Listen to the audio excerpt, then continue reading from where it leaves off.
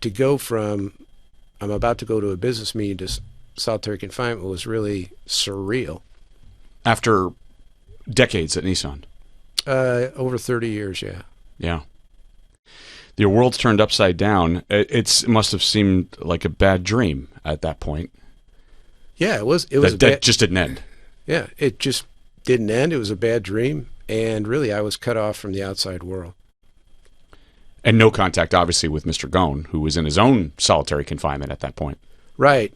Again, I had assumed, because they told me he was detained, since he had an apartment in Tokyo, I would have thought, he would have been placed there. I didn't realize for some time that he was also in the same detention center that I was in. Right. Describe that detention center for us. What was your day like? Well, the cell I was in was about 6 paces long, so you could walk 6 steps wall to wall, about 3 paces wide. It was cold in there. They had no heat, and it was in the 30s. Part of the room was a tatami mat, and one of the things that they required you to do was sit in a corner near a window where they could look in, and you had to sit like an L, so your back had to be up against the wall and your legs straight out. And you had to sit in that position for hours.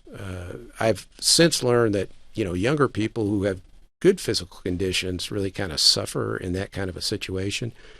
But it was really quite excruciating for me. There was a tatami mat, not very thick, and a very thin futon that I slept on the floor.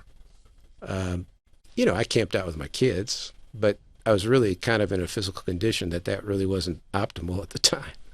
Lights were on 24 hours a day. They would remove your glasses and pens at night because of suicide risk, I guess.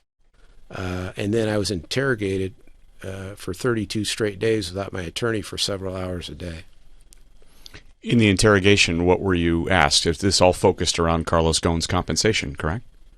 It was interrogations about different things that had occurred over the last 10 years, much of which I had no knowledge of, much of which I did have some knowledge of, regarding the things that I had knowledge, things that Saikawa, the CEO, and I had done with outside counsel and others to figure out a way, if it was possible, to have Carlos Ghosn continue a relationship with Nissan after he retired, because he was a very valuable guy, and we thought that was in the best interest of the company.